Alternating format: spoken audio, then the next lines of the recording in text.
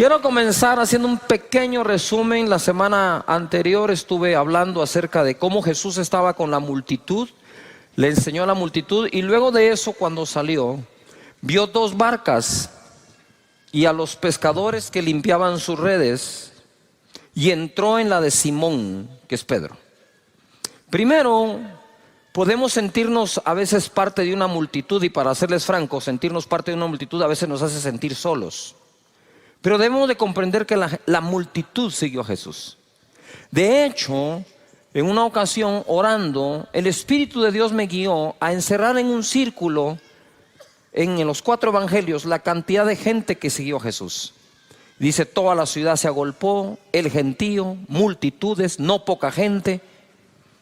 Y el Señor entonces me mostró eso, porque había una corriente de crítica que decía que las iglesias grandes lo que somos un club social. Para empezar, los clubes sociales nunca tienen mucha gente, son exclusivos. Y casi Dios no hace excepción de personas, ni limita su entrada a nadie, ¿verdad? Entonces es todo lo contrario. Y la palabra nos saca de la confusión que las voces de este mundo nos siembran, ¿verdad? Entonces luego empecé yo a subrayar, dije: wow, la Biblia dice todo lo contrario de lo que me está diciendo toda la gente, incluso algunos hermanoides. ¿Conoce algún hermanoide? Hay hermanoides. Entonces empecé a ver eso. Lo que quiero decir es que Jesús, a pesar de la multitud, se enfocó después de eso en 2 barcas. No en todas las barcas en ese momento, en 2. De las 2 se enfocó en una, la de Simón, y entró. Más adelante la pesca milagrosa, ahí tienen que llamar a la otra barca. Quiere decir que aunque inicialmente entró en una, terminó bendiciendo a todas. Levanta tus manos y di conmigo: yo sé que Dios se enfoca en mí. ¿En quién está enfocado Jesús? ¿En quién? ¿En quién? A las 3 decimos nuestro nombre, ¿les parece? Quiero que grites tu nombre. 1, 2, 3. ¿En quién se enfoca el Señor?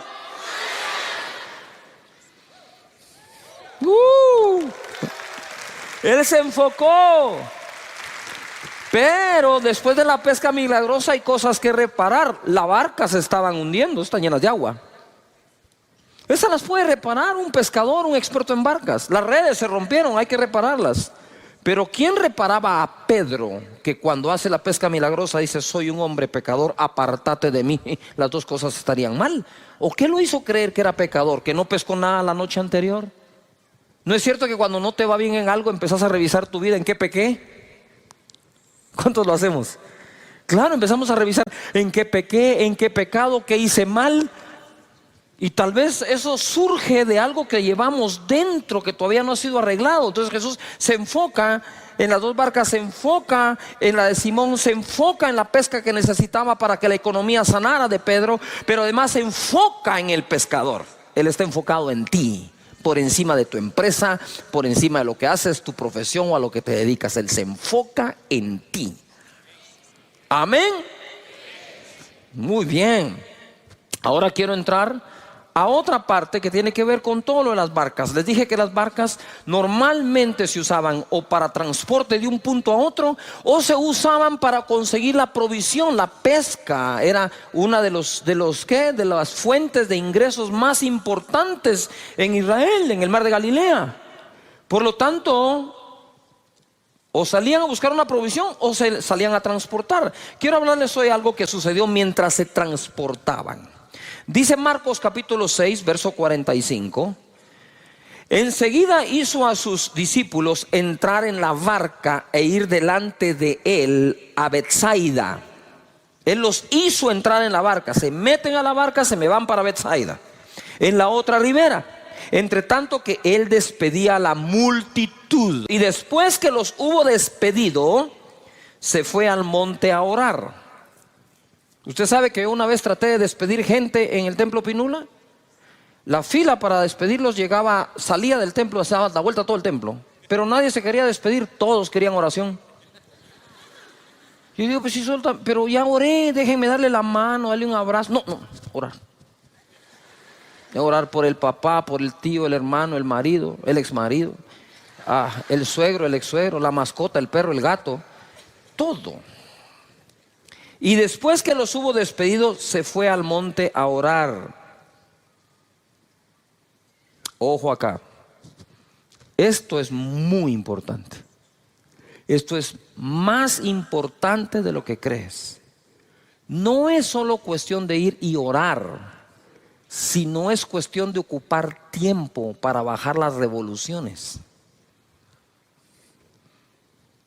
para salir del cansancio. Y nosotros a veces no tomamos tiempo para salir del cansancio. Y hoy les voy a mostrar lo que sucede cuando no hacemos uso de ese tiempo. Dice, y al venir la noche, la barca estaba en medio del mar y él solo en tierra. Los discípulos andaban en un lado, él en otro. Y viéndolos remar con gran fatiga, todo el mundo diga fatiga, porque el viento les era contrario, cerca de la cuarta vigilia de la noche, vino a ellos andando sobre el mar y quería adelantárseles. Viéndole ellos andar sobre el mar, pensaron que era un fantasma y gritaron, otra versión dice, y gritaron de miedo, porque todos le veían y se turbaron. Pero enseguida habló con ellos y le dijo, tened ánimo, yo soy, no temáis, mi presencia siempre está contigo. Eso es lo que les estaba diciendo él. No teman, yo soy, aquí estoy, tranquilos. Y subió a ellos en la barca y se calmó el viento. Y ellos se asombraron en gran manera y se maravillaban, 52 es clave, porque aún no habían entendido lo de los panes, por cuanto estaban endurecidos sus corazones. ¿Qué es lo que ocurre aquí? Yo quiero que entendamos de dónde viene todo, que no lo leí. Esta es la noche después de un día de trabajo. Él había estado enseñando todo el día en el monte. Y la gente había estado allí y los discípulos le dijeron, despide a la multitud, despide a la gente porque no tienen que comer. ¿Verdad? Y fue donde él dice, ustedes denles de comer. Ellos dijeron, no tenemos sino 200 denarios. ¿Verdad? ¿Y qué es esto para una multitud? Otro dijo, pero que hay un niño con unos panes y unos peces. Digo, tráiganlos, los bendijo y los repartió y se multiplicaron a todos. Dijo, hagan recostar a las personas por grupos. A ver, todo el mundo diga, grupos. Más fuerte, grupos. ¿Cómo recostamos a la gente en casa de Dios? ¿En pequeños qué? Señores, esa es una visión del Señor mismo Jesús. Alimentar por grupos. Entonces los tiene a todos allí ahora en grupos. Ellos empiezan a ver el milagro. Tú te imaginas, para la mente de Dios se les multiplica la comida. No paran de darla, de 5 panes y 2 peces. Ahora 5,000 hombres, mujeres y niños comen.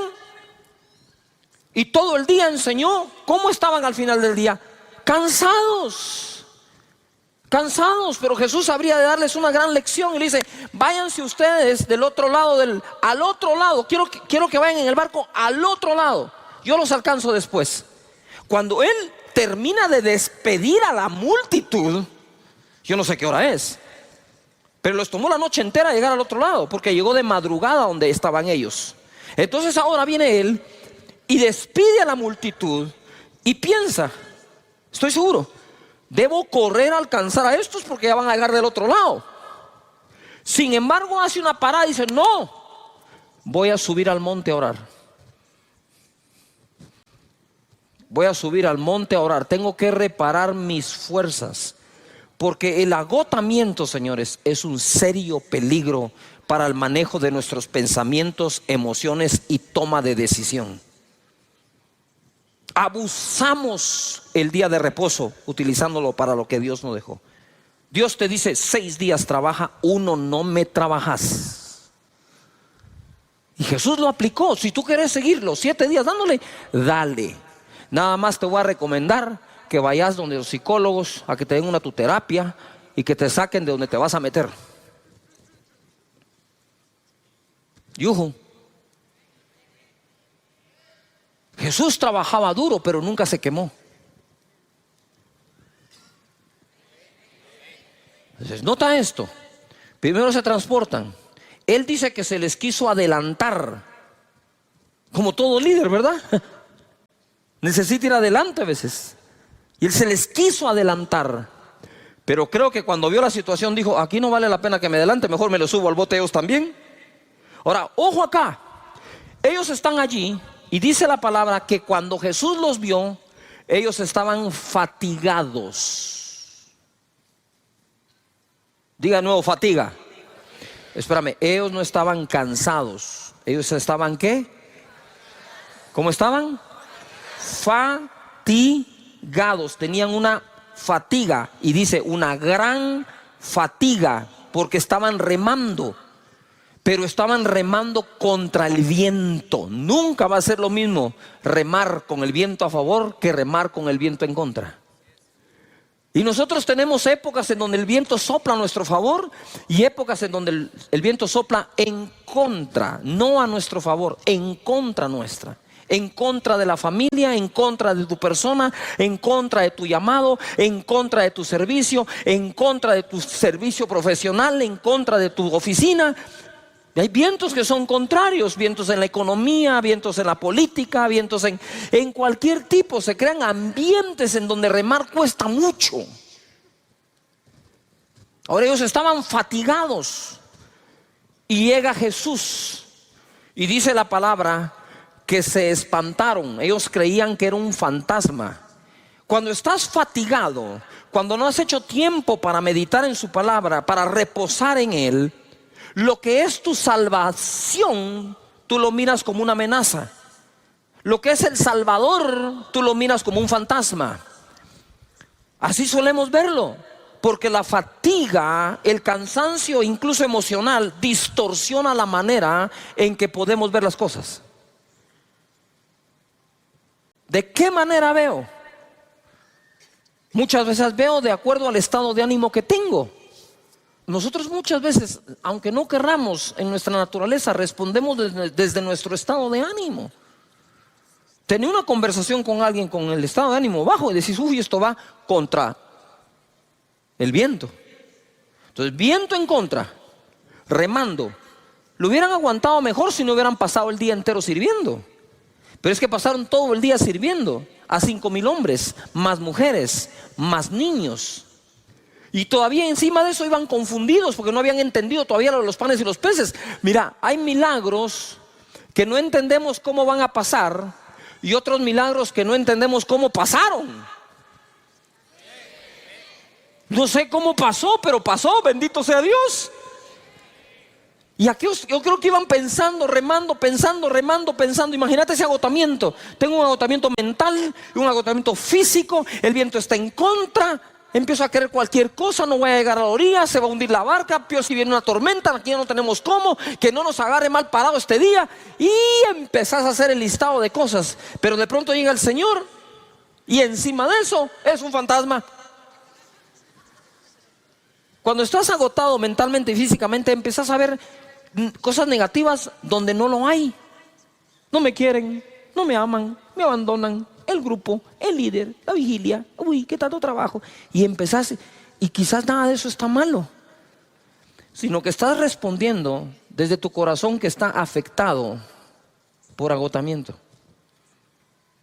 Venid a mí, dice, los que estéis trabajados y cansados, yo los haré descansar. Él es el Dios del descanso. No por trabajar más se prospera más, ni por servir más las cosas salen mejor. Pero si podemos tomar ese tiempo que Jesús les quería dar, que Jesús se tomó el tiempo.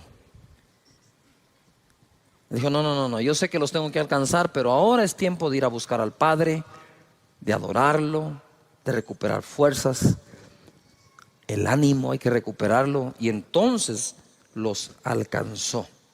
Resumen, Jesús los mandó en avanzada al otro lado, lo cual no era una distancia corta. Despedir a la multitud no debió ser fácil, ya que eran los que recibieron el milagro de los panes y los peces. Él se apartó a orar, a reponer sus fuerzas en Dios. lo que todos deberíamos hacer para no quemarnos. Con el viento en contra, ellos se fatigaron. Con la fatiga, se espantaron y gritaron de miedo. Cuando se está agotado, las cosas no suelen verse como realmente son, sino lo que parece llegar para salvarnos lo vemos como un fantasma. Cuando estamos agotados, nos confundimos y nos turbamos. Jesús dice: ánimo, yo soy. ¿Qué habían perdido? El ánimo, que viene de ánima, que viene de alma. Estaban perdiendo su alma de tan cansados que estaban. ¿De qué nos sirve ganar el mundo si perdemos el alma? Yujo. Pero Él siempre estará contigo y calmará los vientos. Amén. Levanta las manos y dice: Señor, tú calmarás el viento, pero mientras sea contrario, me dará las fuerzas para remar y el buen ánimo. Amén. A ver, grita conmigo: ¡ánimo! Muy bien. Mateo 14, verso 26. Esto es lo mismo narrado por otro de los evangelistas. Y los discípulos, viéndole andar sobre el mar, se turbaron, se confundieron, diciendo: ¡un fantasma! Y dieron voces de miedo. Pero enseguida Jesús les habló diciendo: tened ánimo, yo soy, no temáis. Entonces le respondió Pedro y dijo: Señor, si eres tú, manda que yo vaya a ti sobre las aguas. Mira Pedro, agotado, cansado. Yo creo que dijo: estos compañeros míos no reman nada, no voy a dar a ningún lado, mejor me bajo y corro yo solo. ¿Se vale la propuesta o no? ¿Yujo? Claro que se vale la propuesta. Cabe. Y él le dijo: ven. Y descendiendo Pedro de la barca, andaba sobre las aguas para ir a Jesús. Pero al ver el fuerte viento, ¿qué tuvo? Ya tenían miedo. Dice que gritaron de miedo. Ya casi se recupera y ahora vuelve al miedo. A veces el miedo se nos quita como por 2 minutos nomás. Pero al ver el fuerte viento tuvo miedo y comenzando a hundirse dio voces, porque cuando uno se está hundiendo, créame que grita, diciendo: Señor, sálvame. Al momento Jesús, extendiendo la mano, asió de él y le dijo: hombre de poca fe, ¿por qué dudaste? Y cuando ellos subieron a la barca, se calmó el viento. Entonces los que estaban en la barca vinieron y le adoraron, diciendo: verdaderamente eres hijo de Dios. ¿Ah? Pero ¿y no era fantasma, pues? Lo que tú hoy ves como un fantasma, lo que te asusta, es lo mismo que después vas a ver tú, que era el Señor que estaba ahí contigo. No te va a dejar. Ahora nota algo, les hablé del enfoque de la multitud, 2 barcas, de las 2 barcas la de Simón. Pesca milagrosa, reparar la barca, reparar las redes, reparar a Simón. Y Dios te va a reparar. Estoy en modo de reparación, di conmigo, estoy en modo de reparación. Y no es que hayas pecado, simplemente hay que reparar cosas dentro. Y Dios te va a reparar, te va a reconstruir por dentro. ¿Me estoy explicando? Y entonces ojo acá, porque viene acá Pedro y él se enfoca, Jesús se enfoca. Pero ahora Pedro también se había enfocado. ¿Qué hizo Pedro? Pedro viene y se enfocó en Jesús.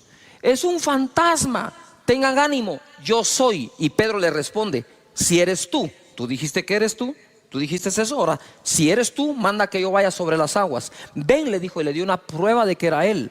O sea, ya estaba comprobado, si es él, hay que cobrar nuevo ánimo, no temer, no temas. Entonces él se baja, empieza a caminar por la fe, ¿verdad? Y cuando empieza a desenfocarse, empieza a ver el fuerte viento, tiene miedo. Y entonces se hunde. Ustedes saben que en casi todos los deportes se habla de la anticipación visual. Anticipación visual es cuando tú anticipas visualmente lo que viene o lo que habrá de venir.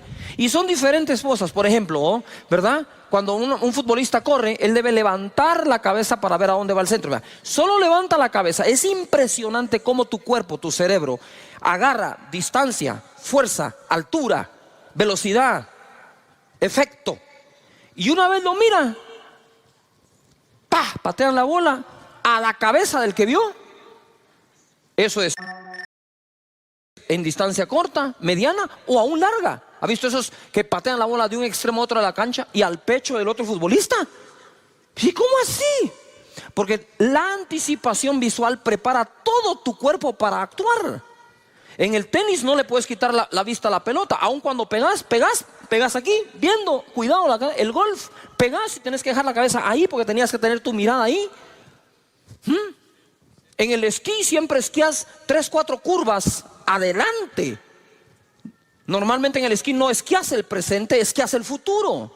No puedes poner la vista acá. ¿Has visto tú a los equilibristas? Van en el equilibrio, no van viendo la cuerda. Si voltean a ver la cuerda, se caen. Tú no tenés que poner tu mirada donde pones los pies. Tú tenés que llevar los pies a donde pusiste tu mirada.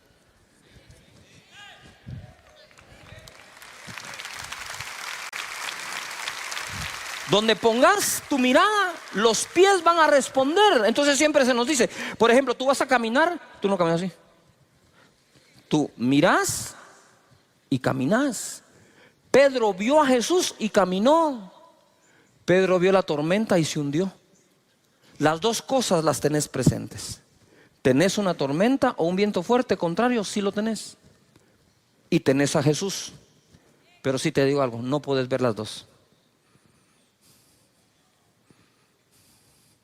Porque el efecto, ¿sí?, de ver una es uno y de ver la otra es otro. Si miras a Jesús, seguirás caminando. Si miras la tormenta, podrías hundirte. No sé si me estoy explicando acá. ¿Sí me explico? Igual. En el esquí, lo peor que puedes hacer es voltear a ver los esquís. Si bajas tu mirada al esquí, que te recojan en un árbol. ¿Por qué? Porque si tú vas viendo acá, tú no miras a dónde vas. Y cuando sentís, tenés la roca, tenés el árbol, tenés otra persona. Y cuando querés reaccionar, ¿sí?, no reacciona bien tu cuerpo y es de donde vienen todas las lesiones. O la mayoría. Hoy vamos a aprender esto. Jesús está enfocado en ti. Levanta las manos y conmigo. Dios está enfocado en mí. Pero no basta el enfoque de uno. Necesitamos el enfoque del otro. Si Jesús se enfoca en ti, tú te enfocas en Él. En otras palabras, crucen miradas. Cruzan miradas. Pitcher y catcher cruzan señales. El pitcher no va a disparar lo que el catcher no le insinuó que debe hacer. Y de la misma manera, nosotros podemos caminar en medio de cualquier viento, por fuerte y contrario que sea, siempre y cuando nuestra mirada esté en lo que se debe ver. La tormenta va a estar ahí, de reojo, mírala nada más. Pero míralo a Él. Y mira esto para terminar, lo importante de tu enfoque. Segunda de Reyes 2:9. Elías está a punto de ser arrebatado. Su discípulo es Eliseo. Y le dice aquí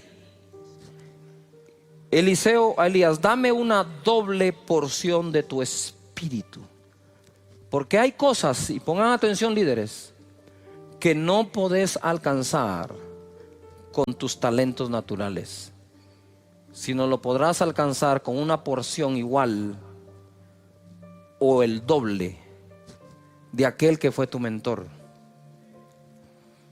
Y Elías era el mentor de Eliseo.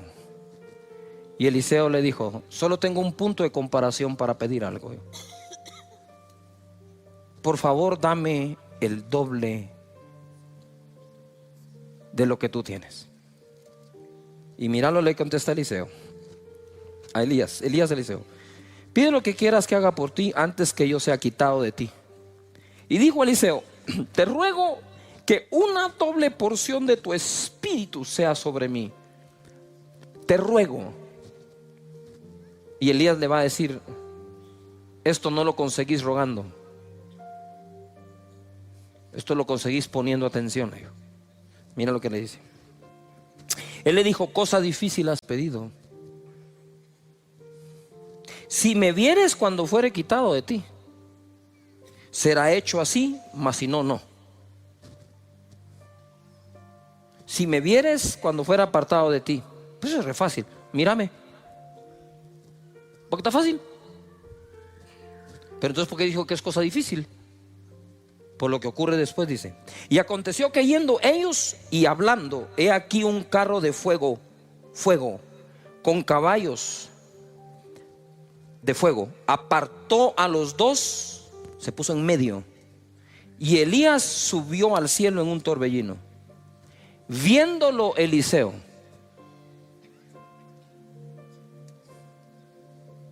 cuando aparece el carro de fuego en medio, cuando aparece la prueba de fuego en medio, podrías perder tu enfoque. Pero creo que Eliseo decía: no importa cuánto me arden los ojos, cuánto el fuego está ardiendo, tengo que seguir, debo ver a Elías, porque fue lo que me dijo. En medio de la tormenta, Pedro tenía que haber dicho: tengo que ver a Jesús. Puesto los ojos en el autor y consumador de la fe. Y Moisés se sostuvo como viendo al invisible.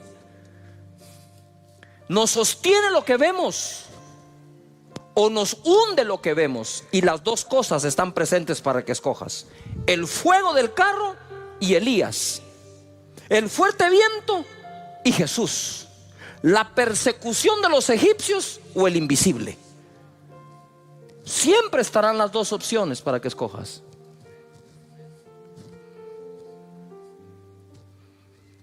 Y dice: y viéndolo Eliseo.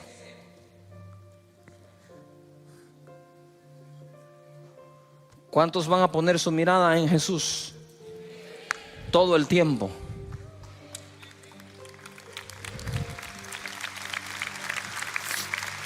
Date cuenta de algo. ¿Por qué ver a Elías? ¿Por qué ver a Elías si fue el miedoso que se fue a esconder en una cueva ante la amenaza de una mujer?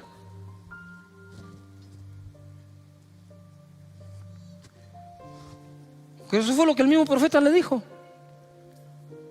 Nuestro enfoque es importantísimo. Pero te desenfocas, ¿sí o no? Te desenfocas por cosas que no deberías. Por problemas con alguien, resbalaste, malas relaciones con personas, porque asumes que alguien no te ama, la situación del país, dimes y diretes, redes antisociales. ¿Tú sabes cuántas cosas existen para que perdamos el enfoque? Mira, en la barca o fuera de la barca, no apartes tu mirada de Jesús. La presencia siempre irá contigo. Propósito de la serie o temporada es que vivas seguro que Dios no te deja ni te abandona. Aquí establecí un balance yo en una de las enseñanzas. Si Dios prometió no dejarte ni abandonarte, nunca, nunca, nunca, entonces por más que tú te quieras alejar de Él, eso es una falacia. No es verdad. Lo que puedes hacer es dejar de tener la comunión con Él que solías tener, pero alejarte de Él, ¿cómo? Es como tú decir: me voy a alejar de mi piel. ¿Cómo te salís de ahí? No sé si me estoy explicando. Si tú no te puedes alejar de ti mismo, ¿cómo te vas a alejar de Dios? Si uno que en ocasiones se autoabandona no se puede dejar, mucho menos Dios. Por eso cuando Jesús en la cruz del Calvario dijo: Dios mío, ¿por qué me has abandonado?, Fue la primera y única vez que Jesús llamó a su Padre Dios como tal, que le dijo Dios a él, ¿verdad? Muchas veces dijo que Él es Dios, su Padre. Pero decirle Dios a papá, cuando nosotros nunca llamamos por nombre a nuestro padre o a nuestros padres, nosotros siempre llamamos a nuestro papá, papá, viejito y todo lo que nosotros solemos hacer. Así que vamos ahora hacia un puerto seguro. Todos queremos zarpar y navegar a un puerto seguro. Pero no, eso no solo es por agua, por aire también. ¿Cuántos vuelos se cancelan? Y tú dices, pero si el clima aquí está bueno, sí, pero el clima está malísimo, ¿dónde vas a ir a aterrizar?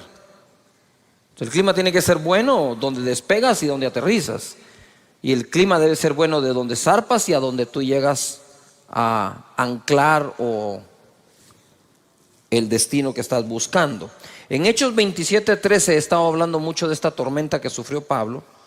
Dice en el verso 23: pues anoche se me apareció un ángel enviado por el Dios a quien pertenezco y sirvo, y me dijo: no tengas miedo, Pablo, porque tienes que presentarte ante el emperador romano, y por tu causa va a librar de la muerte a todos los que están contigo en el barco. Por tanto, señores, anímense, porque tengo confianza en Dios y estoy seguro de que las cosas sucederán como el ángel me dijo. Terminamos hablando acerca del propósito. Los vientos eran contrarios, pero al final fueron favorables. Y hay vientos que son contrarios a nuestra vida, que terminan siendo favorables. Son vientos que al final nos favorecen. Lo que pasa es que durante la tormenta no estamos pensando que lo que nos está pasando pueda ser favorable, pero está escrito que todas las cosas ayudan a bien a los que aman a Dios, a los que han sido llamados de acuerdo a su propósito. Quisiera que en voz alta digas propósito.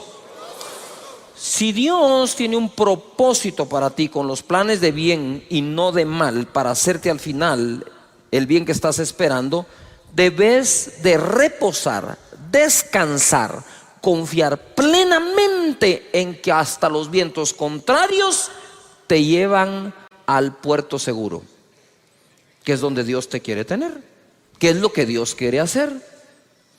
Entonces ahora vemos acá, ellos se tuvieron que dejar llevar porque ya no pudieron, era demasiado el viento, y por más timón que tenían, pues había que agarrar para donde el viento los estaba llevando, ¿no? Aún así, por impetuoso que sea el viento, podés controlarlo con un timón. Todas las grandes naves tienen timón. Así que confía en el propósito de Dios. Confía que hay cosas que parecen malas pero te llevan a bien. Todo ayuda bien a los que aman a Dios. Y quiero hacer un paréntesis acá. Muchos de ustedes tienen una profesión. ¿Cuántos tienen una profesión definida? Te hayas graduado o no, pero estás ejerciendo una profesión. Quiero ver a todos los que tenemos una profesión. Mira cuánto profesional. Que no te engañe tu profesión, hombre.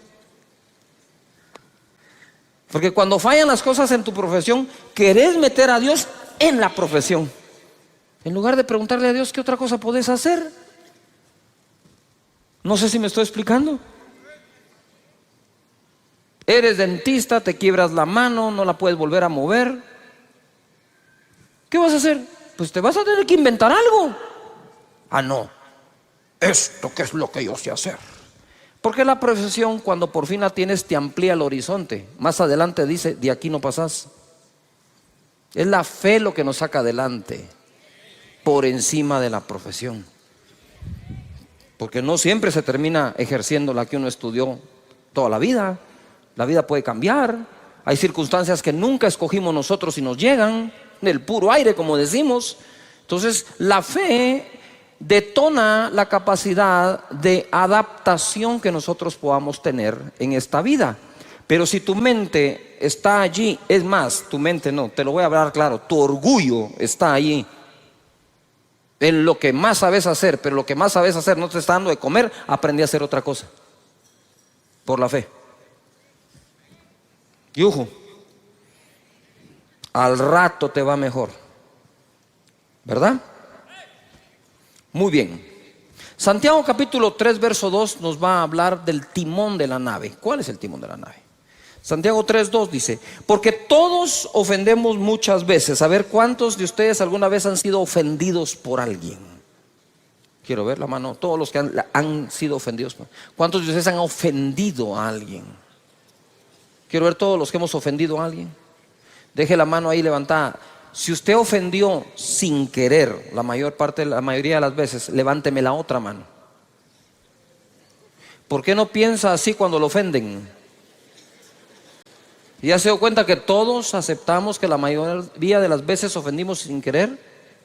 Pero cuando nos ofenden no es sin querer, ¿va? Lo planeó. Tengo que encontrar la libreta donde lo fue escrito.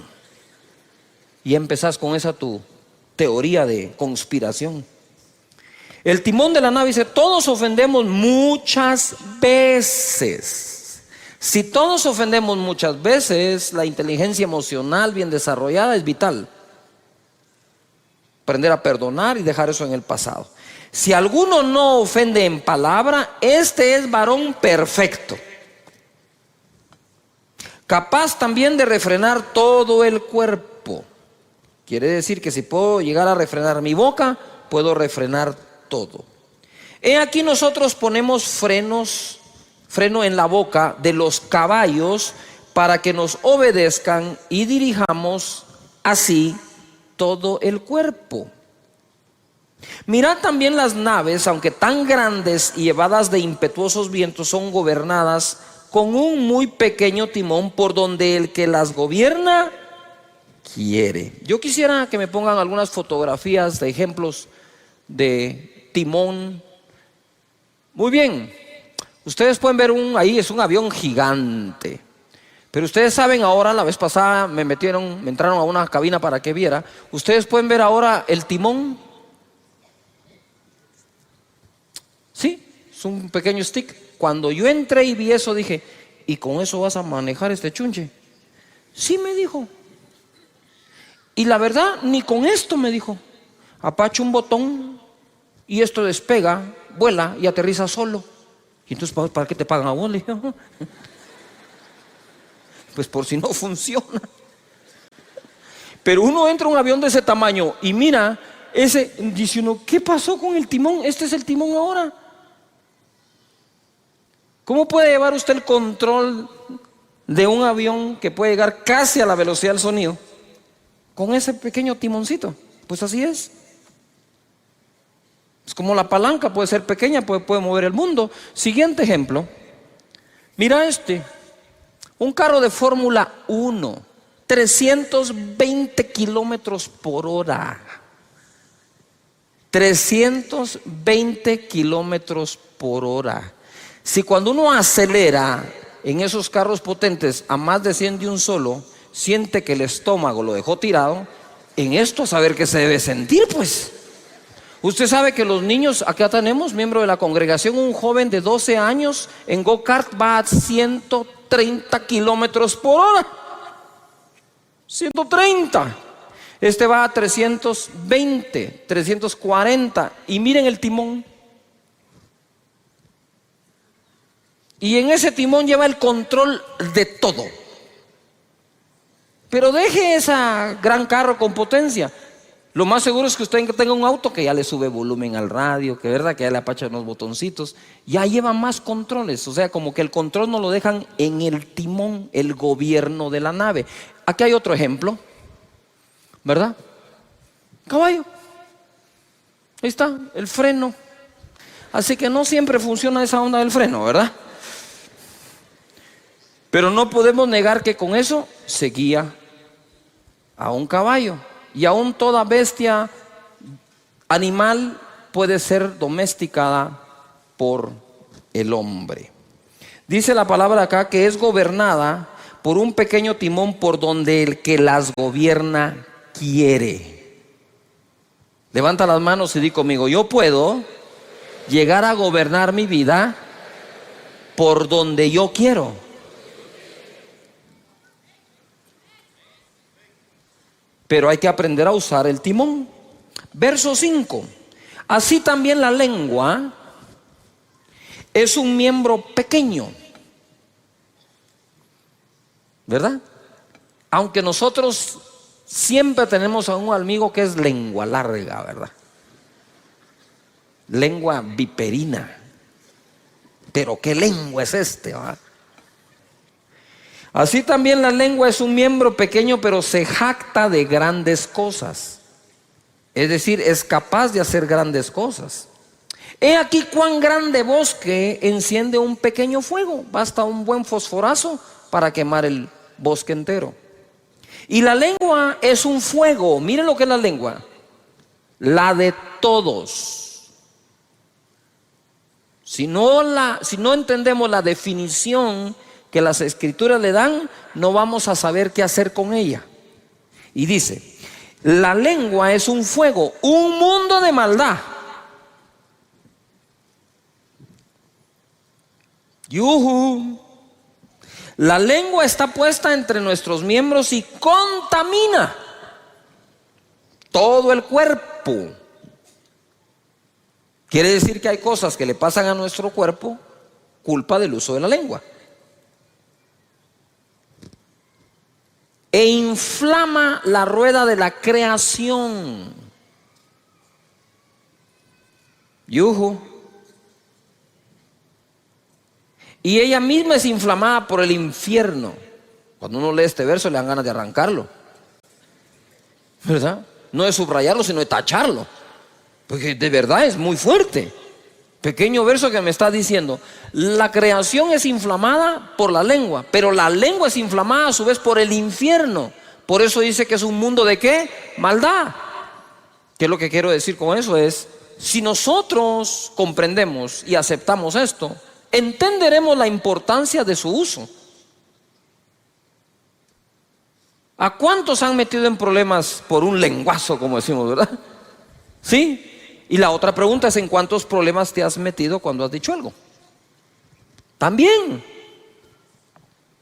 Entonces hay que aprender a hacer uso de eso, hasta en las comunicaciones, porque nos comunicamos hablando, aunque tenemos lenguaje corporal, por supuesto.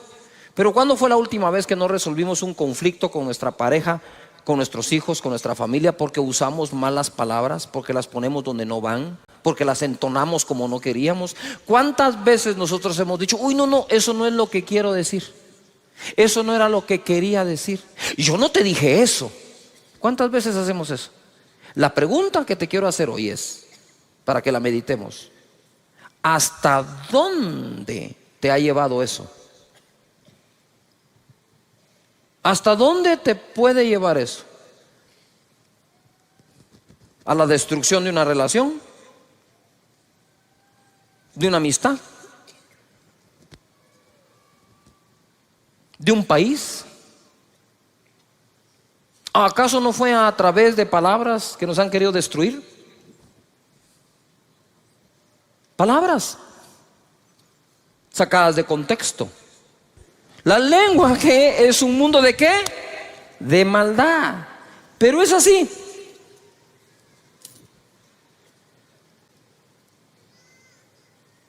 Un timón de este tamaño puede conducir una nave. Si me puedes poner la fotografía del barco, ¿sí? Un pequeño timón puede conducir todo un buque. Por lo tanto, esta pieza es muy importante.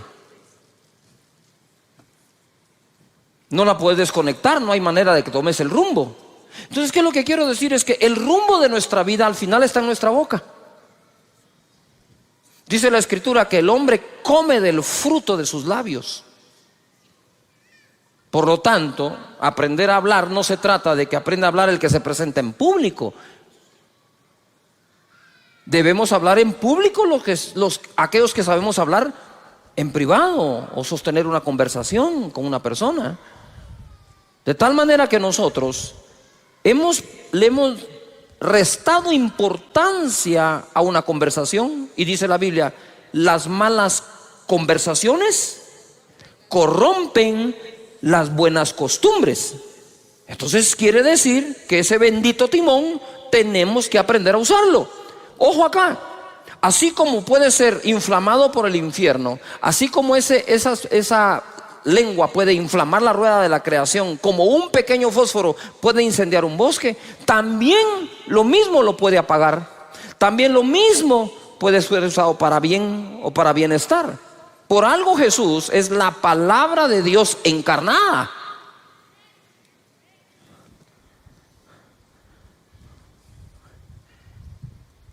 Importante entonces el uso de las palabras y la manera en que nosotros las usamos o hablamos. Verso 7.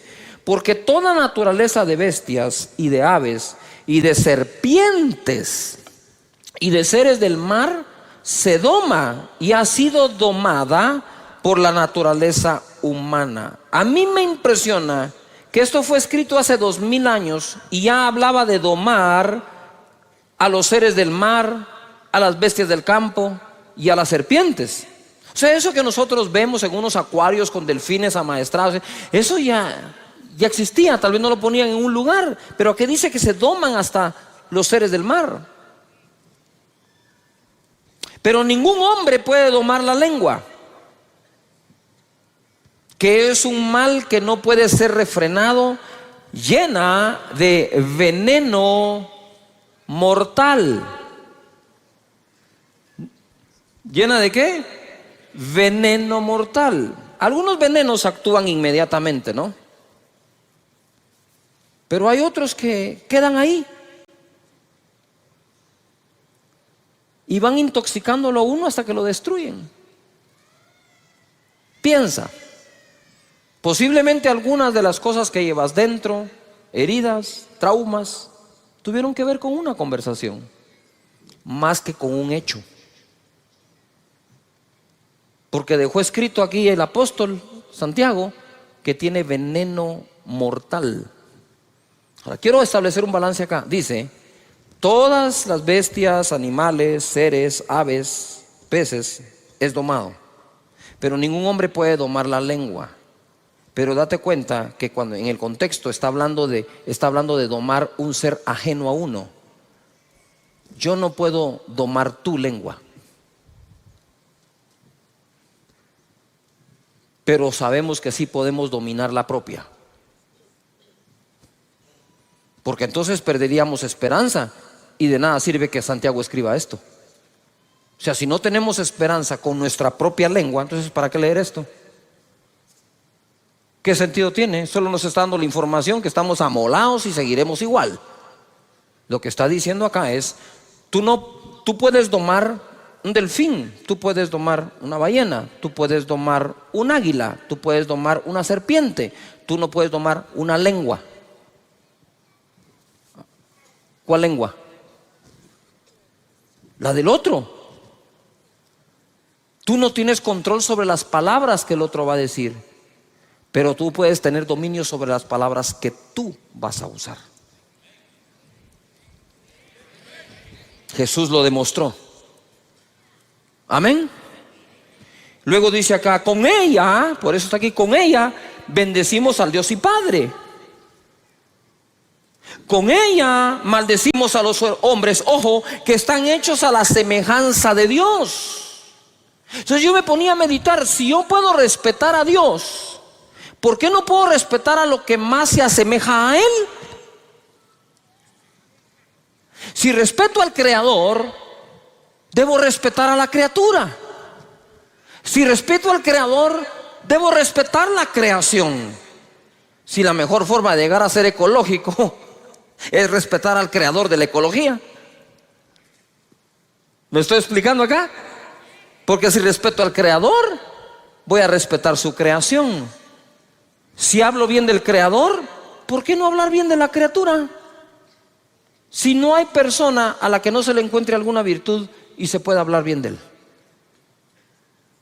Pero si la costumbre es encontrar el defecto para hablar del defecto, entonces no estamos tomando dominio sobre el timón de nuestra vida. Siempre que has hablado mal de una persona, o cuando hablamos mal de alguien y aún no nos consta, ni a nosotros nos queda buen sabor. Pero cuando hablas bien de alguien, ¿cómo te sentís? Te sentís bien, Te sentiste incluso que le hiciste un bien a una persona, que el que te oyó se fue con un agrado. Qué feo es sentarse con una persona que siempre está hablando mal de algo o mal de alguien. Uno no quiere estar sentado y en un momento dice, ay, qué feo está esta onda, ¿verdad? Es como que te sirvan comida agria. Entonces dice aquí en la escritura, con ella bendecimos a Dios, pero con ella maldecimos a los hombres. Y eso es lo que me llamó la atención y lo subrayé, que están hechos a la semejanza de Dios. Entonces, si yo hablo bien de Dios y bendigo a Dios, debería otorgarle una bendición semejante al que está hecho o creado de forma semejante. No sé si me estoy explicando. Voy a tratar de hacerlo de nuevo. Si yo bendigo a Dios, entonces con una bendición semejante a la que le doy a Él, voy a bendecir al que está creado semejante a Él. ¿Me expliqué? Pero si estamos creados semejantes a Dios, ¿por qué vamos a hablar de los semejantes a Dios como que estuvieran totalmente retirados de Él?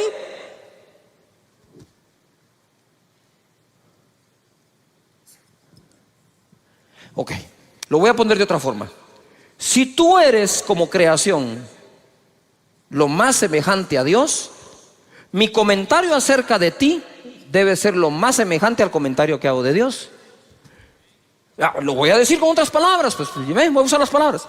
Si tú estás hecho o creado semejante a Dios, eres lo más semejante a Dios, entonces te voy a bendecir lo más semejante a como a Dios bendigo.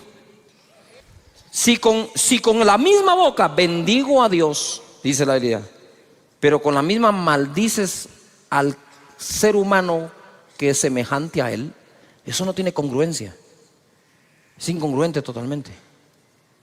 Entonces, si tú eres semejante a Dios, según la Escritura, con la bendición que bendiga a Dios, con una semejante te habré de bendecir a ti, para que guardes semejanza con semejanza. No sé si me estoy explicando. Y no totalmente opuesto.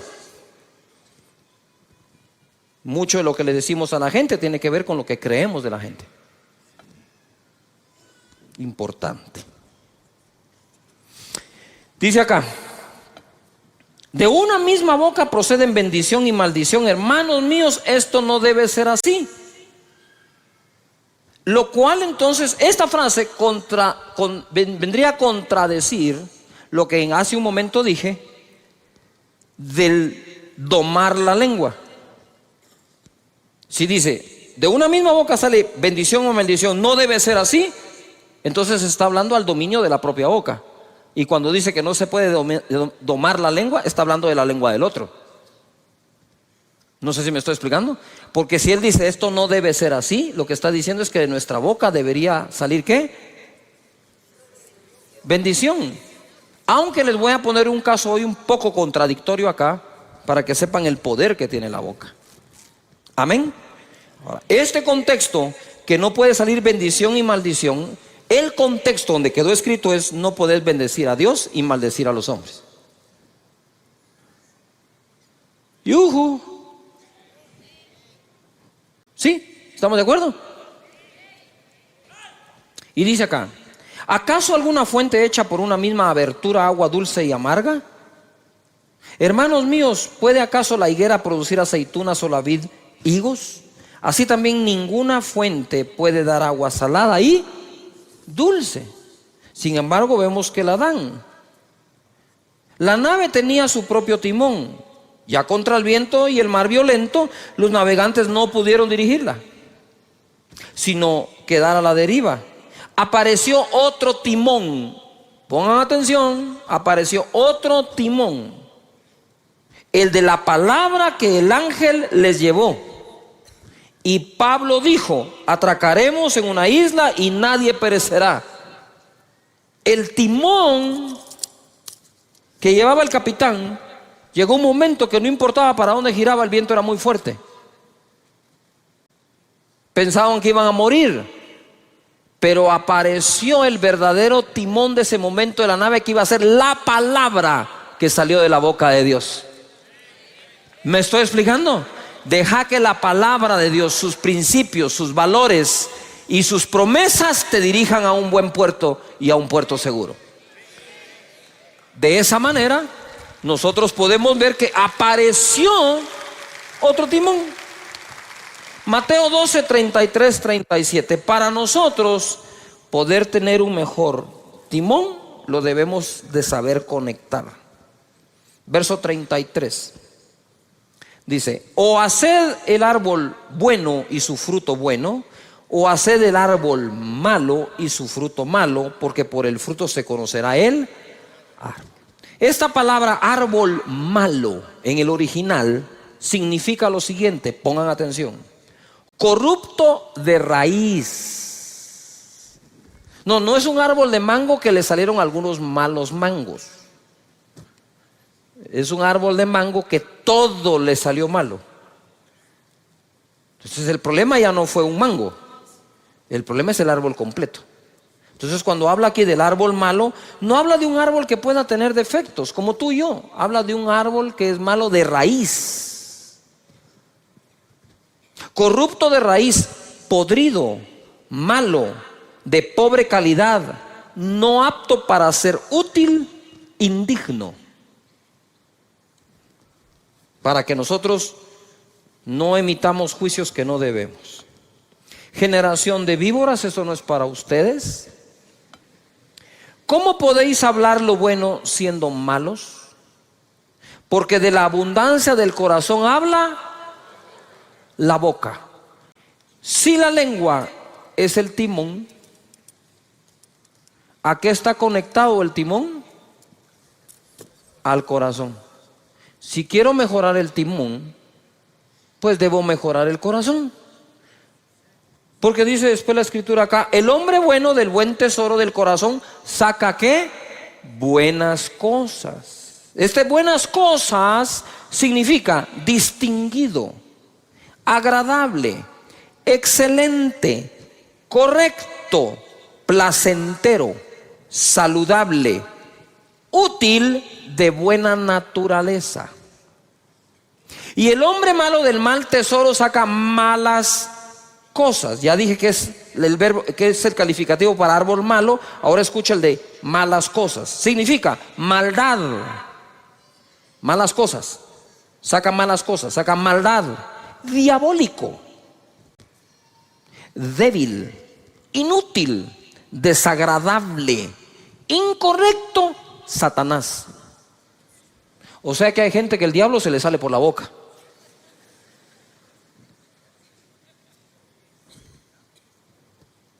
Mas yo os digo que de toda palabra ociosa que hablen los hombres, de ella darán cuenta en el día del juicio.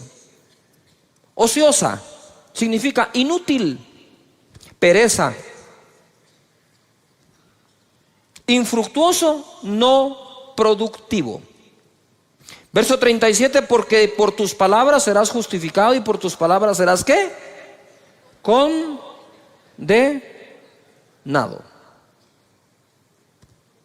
Muy bien. Reparando el timón, voy rapidito ahora, Mateo 12, 33, 37, el mismo pasaje pero en la palabra de Dios para todos. Verso 33, decidan si el árbol es bueno y el fruto es bueno, o si el árbol malo y el fruto es malo. El árbol se conoce por sus frutos. A ver, todos digan fuerte: decidir. ¿Qué tenemos que tomar hoy? ¿Una qué? ¿Una qué? ¿Una qué? Ahora te quiero preguntar algo. ¿Tienes cosas buenas en tu corazón? ¿Cuántos decimos que tenemos cosas buenas en el corazón? Entonces es fácil. Es fácil. Di conmigo: yo voy a hablar de las cosas buenas que tengo en el corazón. Las malas no las dejé salir. ¿A cuántos de nosotros tenemos cosas buenas en el corazón? Entonces, el buen hombre saca del buen tesoro ¿qué? ¿Buenas qué? Pero ¿cuántos reconocemos que también tenemos cosas feas en el corazón? A ver. Yo también. No hay uno de nosotros que no tenga algo feo dentro del corazón. Lo que hay que hacer es no sacarlo, pues. Yuhu.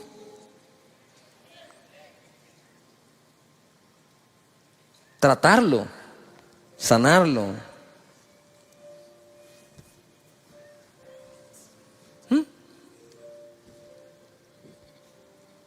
Por eso cuando me escribes te digo, no te hagas bolas. Ya estás otra vez hablando para hacerte bolas.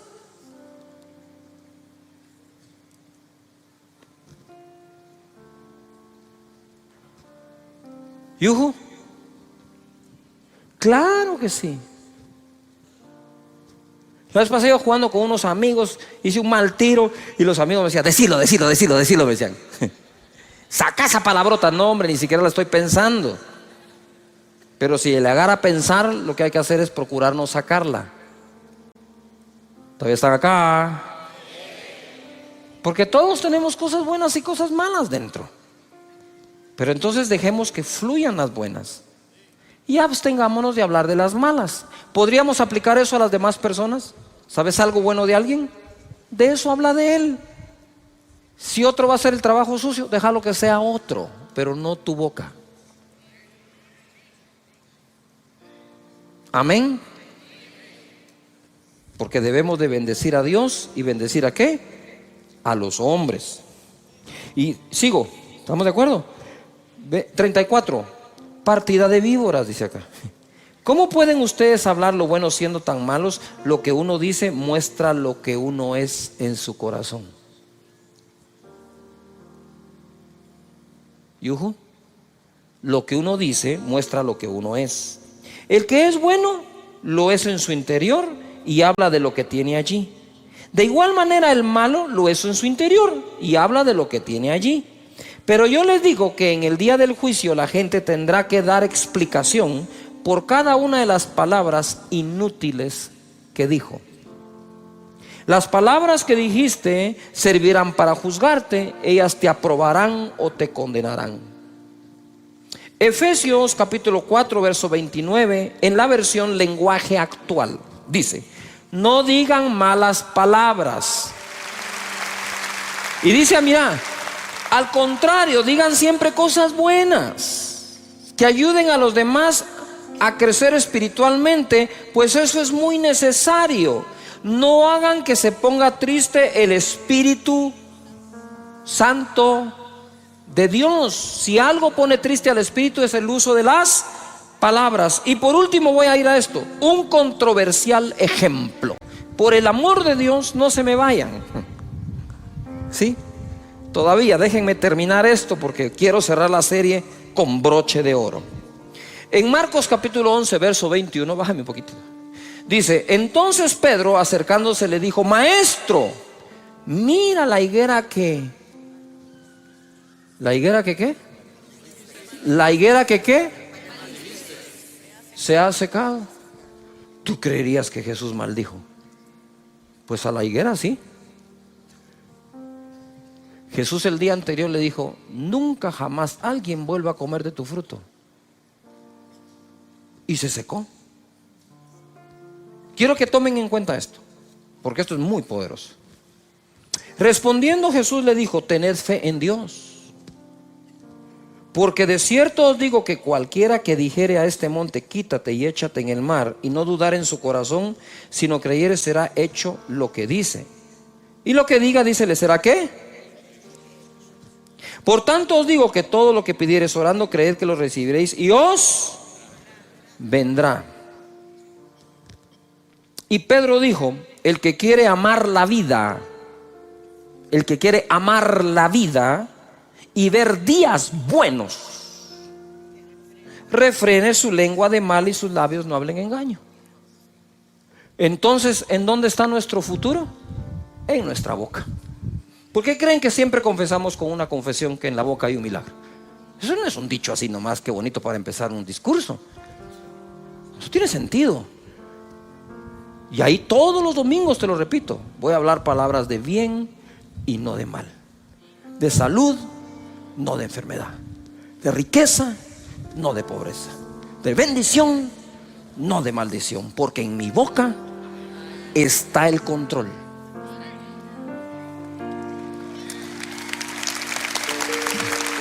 Ahora oí esto. Esto está así. Viene Jesús y para darte un ejemplo de lo poderoso que puede ser tu boca, que lo que digas creyendo, eso es lo que va a ocurrir. Entonces lo primero que tengo que hacer es ejercitar mi corazón en total confianza en Dios, para que cuando conecte la boca al corazón, de la abundancia del corazón hable la boca. De la abundancia de la confianza que le tengo a Dios, mi boca va a hablar. Es que no hay trabajo. No hay trabajo, señores. El trabajo no es el problema. Yo confío en Dios, que no ha dejado desamparado ni a justo ni a sus hijos que mendiguen el pan. No solo no va a haber, si no hay trabajo, va a haber abundancia de pan en la casa de mi Padre. Eso es lo que hay. Pero ¿por qué sale eso? Porque adentro hay confianza. Pero cuando adentro hay una desconfianza hasta en Dios, habiéndote leído esos 233,000 escrituras, porque el corazón vive con tanta desconfianza que cuando viene la prueba, desde la desconfianza usas el timón. ¿Y a dónde te va a llevar el timón? A ese puerto inseguro. Pero cuando tenés total confianza en Dios y sus promesas, y como dijo mi hijo hace unos cuantos domingos, dijo: Dios tiene planes de bien y no de mal. Pero por encima de confiar que el plan es bueno, hay que confiar que el planificador es mejor. Por eso Pablo decía: todas las cosas ayudan a bien a los que aman a Dios, a los que han sido llamados de acuerdo a su propósito. Él pudo decir eso no porque un ángel se lo dijo. Él pudo decir eso porque, habiendo tenido vientos contrarios, llegó al puerto donde debía ir. Llegó a una isla donde incluso una serpiente lo mordió. Y no hay serpiente que te vaya a detener del cumplimiento de tu propósito en esta vida. Ahora voy, ¿verdad? Mejorar el corazón. ¿Cómo puedo mejorar el corazón? Lo que llevo adentro, meditando. Dios es bueno, su misericordia es para siempre, su gracia es sobreabundante, nunca me ha dejado, nunca me dejará. Cuando tenés esa confianza, el timón se compone. Y por último, ¿por qué puse ahí un ejemplo controversial? Porque para decirte que todo lo que digas creyendo que lo recibiréis vendrá, el ejemplo que puso fue la maldición de una higuera, no la bendición. Él no llegó donde una higuera seca y le dijo: para mañana tendrás fruto, y lo puso por ejemplo. ¿Por qué puso por ejemplo la maldición? Para que cuides tu boca. Porque así como se cumple lo bueno que decís, se puede cumplir lo malo. ¿Cuántas veces pasé yo por ese pasaje y no me detuve a meditar que fue una maldición la que usó de ejemplo? La maldición de una higuera. Entonces lo que te está diciendo es: hey, ten cuidado, porque tu boca es tan poderosa para secar una higuera que podría secar tu negocio, que podría secar tu familia, que podría secar tu grupo, que podría secar tu nación por andar hablando lo que no tenés que hablar. Mejor hacer fructificar tu familia, fructificar tu nación, fructificar tu negocio. Porque al fin y al cabo la Biblia dice que el hombre come del fruto de sus labios. Cuando tú entres a tu trabajo, a tu comercio, vas a tener que hablar palabras conmigo: Señor, hazme sabio para elegir sabios. Amén. Si uno no es sabio, ¿cómo reconoce al sabio?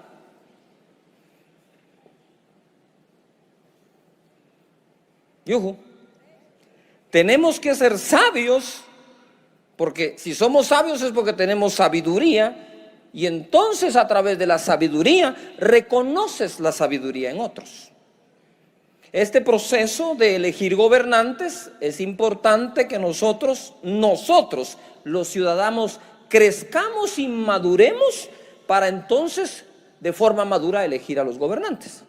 Ahora, no basta elegir a una cabeza adecuadamente, tenemos que elegir al resto también. Mira lo que dice aquí la palabra: cuando Moisés es electo por Dios para liberar al pueblo de Israel del yugo de los egipcios, le da este consejo en Éxodo 18:20.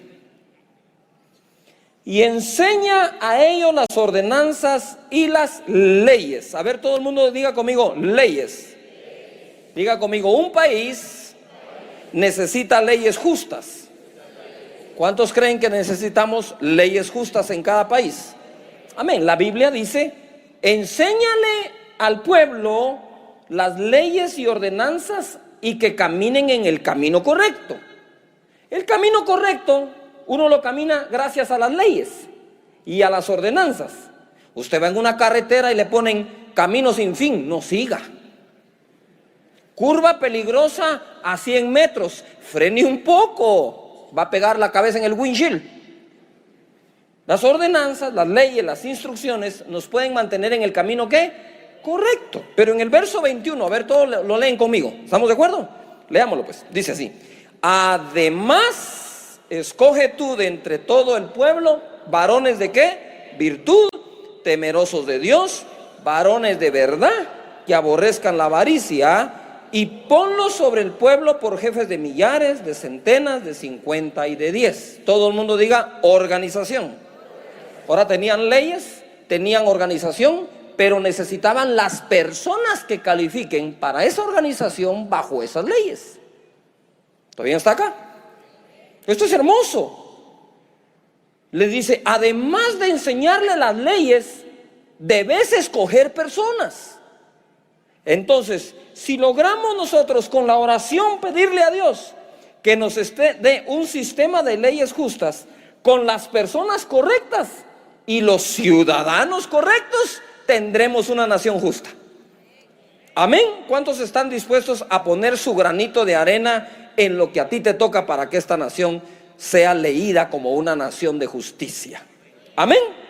Muy bien. Entonces mira lo que dice aquí: que sean temerosos de Dios, varones de verdad, que aborrezcan la avaricia, porque los hijos, ¿qué le pasó a los hijos de Samuel? Por la avaricia aceptaron el soborno, corrompieron ¿qué? Corrompieron el derecho. Muy bien.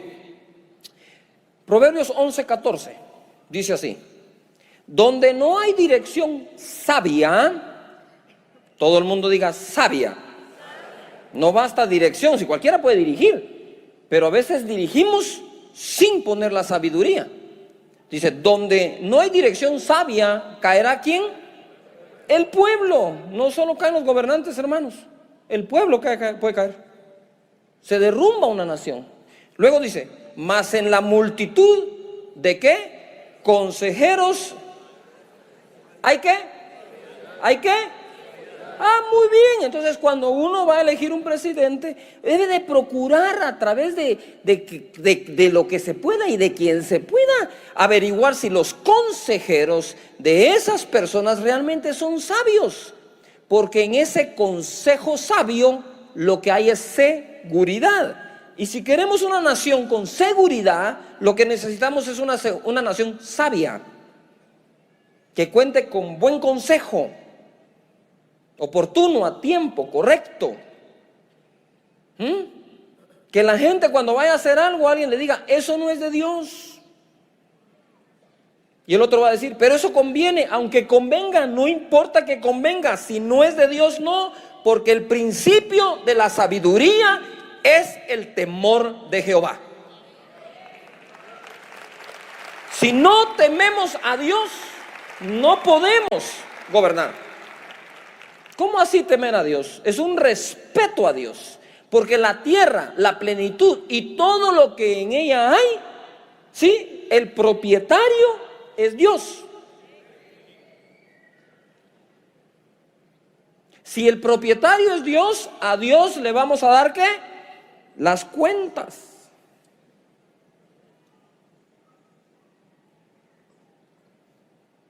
¿Todavía están aquí? Nuestro sistema de creencias son importantes como ciudadanos. ¿Qué creemos? ¿En quién creemos? Practicamos lo que creemos. En una familia no se necesita, para que sea buena familia, un buen papá con una mala mamá. Usted necesita un buen padre, una buena madre y buenos hijos. La suma de esto da una buena familia. ¿Todavía están acá? Pero no basta que uno sea el bueno. No, tienen que ser todos los que hagan lo correcto. Entonces, ¿cuál es la vida espiritual de una familia? Es la sumatoria de la vida espiritual de cada individuo de dicha familia. ¿Cuál es la vida que Guatemala va a tener? La sumatoria de la calidad de vida que todos podamos desarrollar. Ciudadanos y gobernantes, los dos juntos, construyendo una mejor nación, un mejor país. En Primera de Reyes, capítulo 3, verso 7, se pone esto más que hermoso. Me gusta esto. Primera de Reyes 3:7 dice: ahora pues, Jehová Dios, tú me has puesto a mí, tu siervo, por rey en lugar de David, mi padre. Ojo, ojo con lo que dice Salomón. Salomón no dice, como soy el hijo, a mí me toca pues. No, dijo, Jehová me puso, porque aún siendo el hijo, Jehová podría no ponerme. ¿O no le pasó eso al hijo de Saúl? Al que le tocaba gobernar después de Saúl fue a Jonatán. Pero Dios no puso a Jonatán, fue a poner a David. Entonces Salomón no se jacta de ser hijo de David, sino dice, fue Jehová el que me puso a mí. Y cuando Dios se le aparece en el sueño, le dice Dios, pídeme lo que quieras. Pongan atención a esto. Él es hijo de David. Él sabe todo lo que Dios le dio a David. Él sabe cuántas victorias tuvo David. Pero entonces viene Salomón y al aparecerse Dios, le dice así: y yo soy joven y no sé cómo entrar ni salir. Seré muy hijo de David, pero no sé nada. Reconoce lo que no sabe para adquirir lo que necesita saber. No hay peor cosa que la prepotencia en algún gobernante o candidato ofreciendo que todo lo va a resolver, porque él y todos nosotros sabemos que no es posible.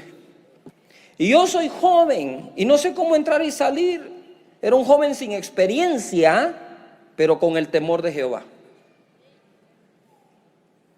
Porque si no hubiera tenido el temor de Dios, ni siquiera le dice, soy joven y no sé hacerlo. Respetó a Dios en ese momento. Y en el verso 8 dice, y tu siervo está en medio de tu pueblo al cual tú escogiste, un pueblo grande que no se puede contar ni numerar por su multitud. Da pues a tu siervo corazón entendido para juzgar a tu pueblo y para discernir entre lo bueno y lo malo, porque ¿quién podrá gobernar este pueblo tan grande? Digan conmigo fuerte, enfoque. Salomón estaba enfocado a lo que Dios lo había llamado. Me pusiste para gobernar y siendo sincero, Señor, no sé cómo hacerlo. Por lo tanto, dame un corazón entendido para que mi juicio sea sabio y pueda gobernar a un pueblo tan grande, numeroso. Ni siquiera tengo el censo, no sé cuántos son, Señor. Por favor, dame sabiduría.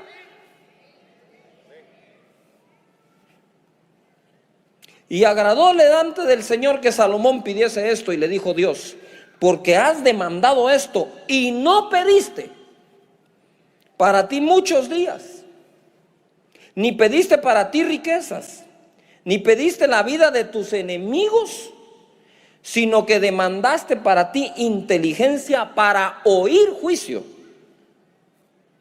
He aquí lo he hecho conforme a tus palabras.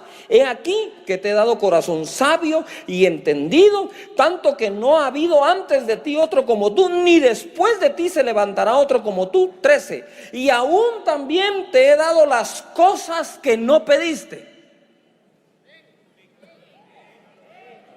riquezas y gloria, de tal manera que entre los reyes ninguno haya como tú en todos tus días. Pon atención. ¿Qué le pasó a los hijos de Samuel? Fueron presos de la avaricia, soborno, corrompieron ¿qué? El derecho, porque lo que andaban buscando en el cargo era ¿qué? Riqueza. Y cuando Salomón le pide sabiduría para hacer su oficio y su trabajo bien, entonces Dios le dice, además te daré la riqueza. Dios encuentre para este país gente deseosa de gobernar verdaderamente con sabiduría y que no se preocupe de sus riquezas, porque si a Dios obedece, también le dará riquezas. También lo va a bendecir.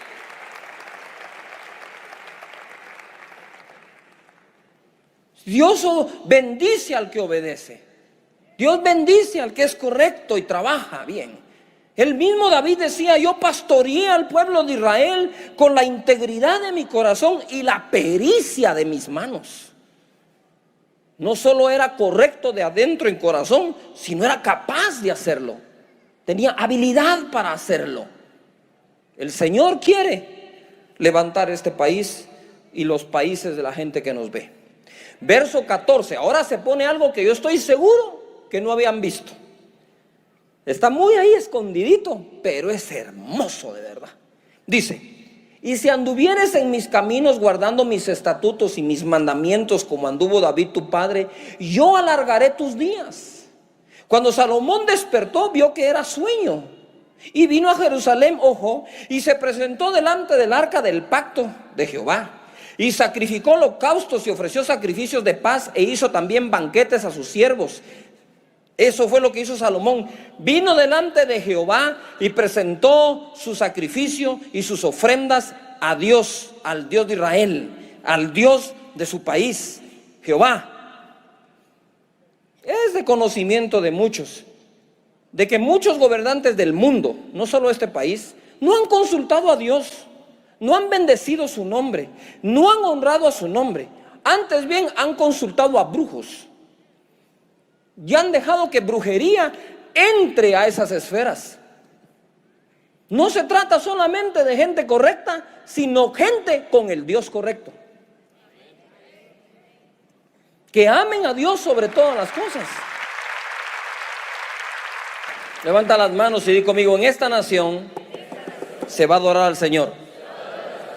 Amén. Así es, hay que adorar al Señor. Con esto, jamás te quiero decir que es por evangélicos que hay que votar. Porque hay evangélicos que hay que ver cómo cantan, pero no tienen temor de Jehová en sus corazones. Hay gente que no canta mucho, pero realmente tiene temor adentro del Señor y quiere hacer las cosas bien hechas. Que cuando le proponen decisiones y cosas, dicen: no, momento, no. Vos, pero si esta está buena, sí, pero es incorrecta. Eso no le agrada a Dios. Vamos a hacer las cosas que a Dios le agradan.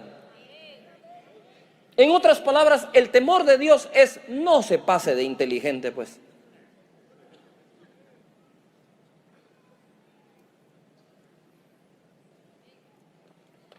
No se requiere ser muy inteligente, pero se requiere respetar a Dios. De Dios es esta tierra. De Dios es.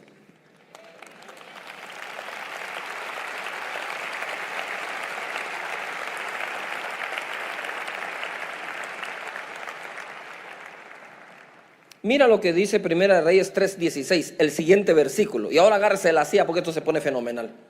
Y dice aquí: en aquel tiempo vinieron al rey dos mujeres rameras y se presentaron delante de él para que juzgara un caso. ¿Cuál era el caso? Pero pongan atención, el caso era este. Llegan las dos rameras y una le cuenta la historia. Mira, le dice: yo tuve un bebé, a los pocos días mi compañera tuvo su bebé, y pasado un tiempo una de ellas se durmió sobre su bebé y murió. Entonces ella le dijo: cuando yo vi a mi bebé que estaba muerto y le presté atención, vi que no era el mío. A mí me cambiaron el bebé, ¿verdad? Y la otra dijo: no, no, no, ese es tu bebé, el que está vivo es el mío si estaba en mi cama. Y empezaron a discutir ellas, ¿verdad? ¿De quién era ese bebé? Y viene Salomón, la historia ustedes la conocen, y dice: ¿saben qué? Traigan el bebé y pártanlo a la mitad. Denle la mitad a una y la mitad a la otra. Y entonces la verdadera madre levanta la mano y dice: no, denle el bebé a la otra, pero no lo maten. Y Salomón dice: ella es la verdadera madre, désenlo. El primer caso que va a juzgar como gobernante Salomón es el de una ramera. ¿Quién le haría hoy justicia a una prostituta?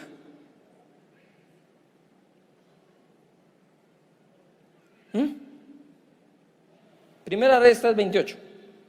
Y todo Israel oyó aquel juicio que había dado el rey y temieron al rey, porque vieron que había en él sabiduría de Dios para juzgar.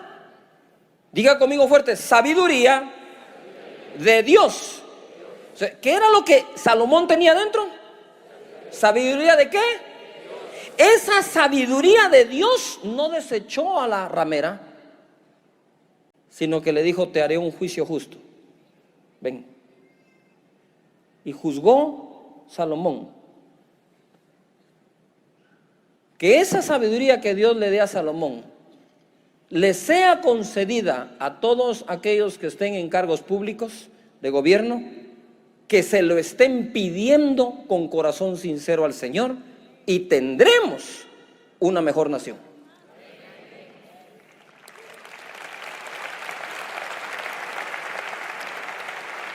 No se trata, señores, de ser católico evangélico, en este caso se trata de ser sabios, de tener la sabiduría de Dios. Esa sabiduría que no hace acepción de personas. Les voy a dar algunos versículos así, uno tras otro, para que los escriban. Dice Deuteronomio 1:17: no hagáis distinción de personas en el juicio. Así al pequeño como al grande oiréis. No tendréis temor de ninguno, porque el juicio es de Dios, y la causa que os fuere difícil la traeréis a mí, y yo la oiré. Eso es Moisés. Proverbios 1:7 dice, en la versión Dios habla hoy: la sabiduría comienza por honrar al Señor. Los necios desprecian la sabiduría y la instrucción. Proverbios 31:4: no es de los reyes Olemuel, no es de los reyes beber vino, ni de los príncipes la sidra. Está hablando de embriagarse. Dice: no sea que bebiendo olviden que la ley y perviertan el derecho de todos los afligidos. Aquí le están dando un consejo a un gobernante que estaba tomando. Él dijo: no sigas tomando, vas a pervertir el derecho. ¿Por qué? Porque ya con los tragos te olvidas de la ley. Por eso es que los gobernantes, dice la Biblia, deben de ser sobrios. No se refiere solo al licor, sino sobrios en su carácter. Romanos capítulo 13, verso 3. Dice así: porque los magistrados, mire, ahora ya habla de magistrados, no están para infundir temor al que hace el bien, sino al malo. ¿Quieres pues no temer la autoridad? Haz lo bueno, y tendrás alabanza de ella, porque es servidor de Dios para tu bien. Pero si haces lo malo, teme, porque no en vano lleva la espada, pues es servidor de Dios, vengador para castigar al que hace lo malo. Pidamos a Dios que en este proceso y en esta democracia, la gente sepa que aunque es un servidor público, primero es un servidor de Dios. Porque las naciones son de Dios. Que sepan que es a Dios a quien sirven para entregar a Él un mejor país, una mejor nación y mejores personas. De hecho, los gobernantes son los que nos deberían dar los mejores consejos para vivir.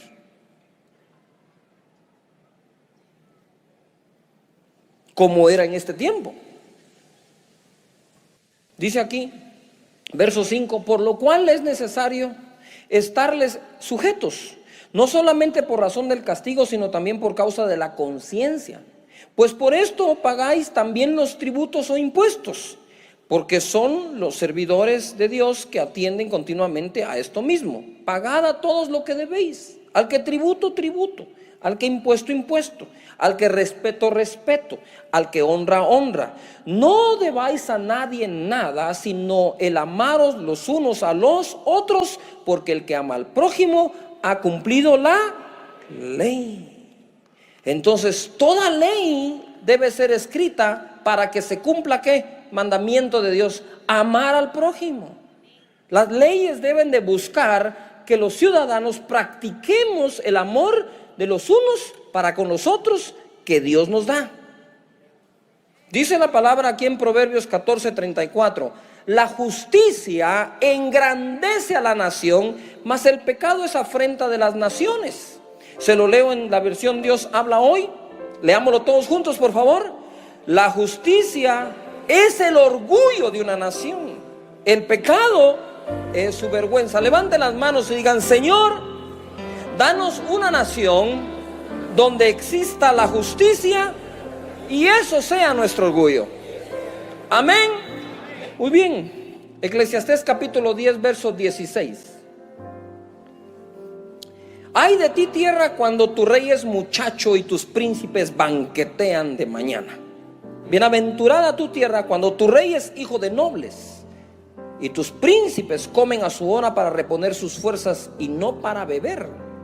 Este mismo verso en la versión Dios habla hoy dice: dichoso el país que tiene un rey honorable y en el que los gobernantes comen a la hora de vida para reponer sus fuerzas y no para emborracharse.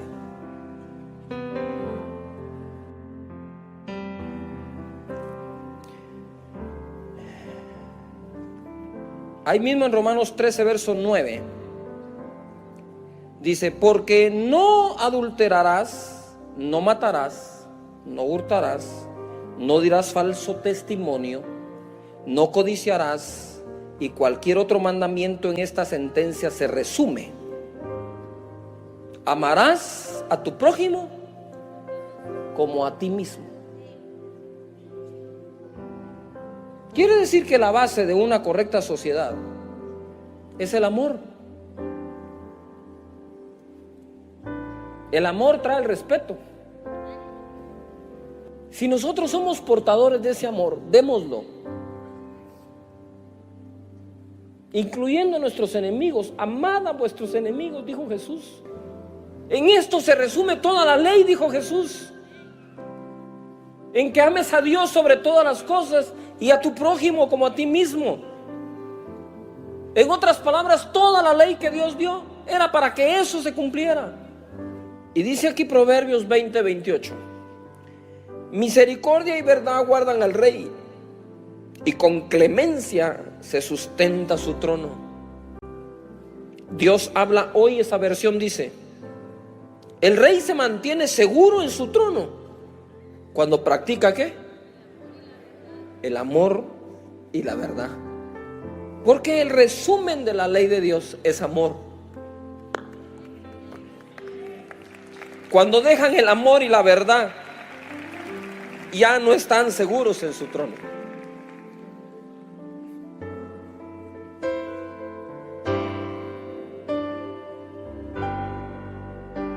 ¿Qué tenemos que practicar? El amor y ¿qué?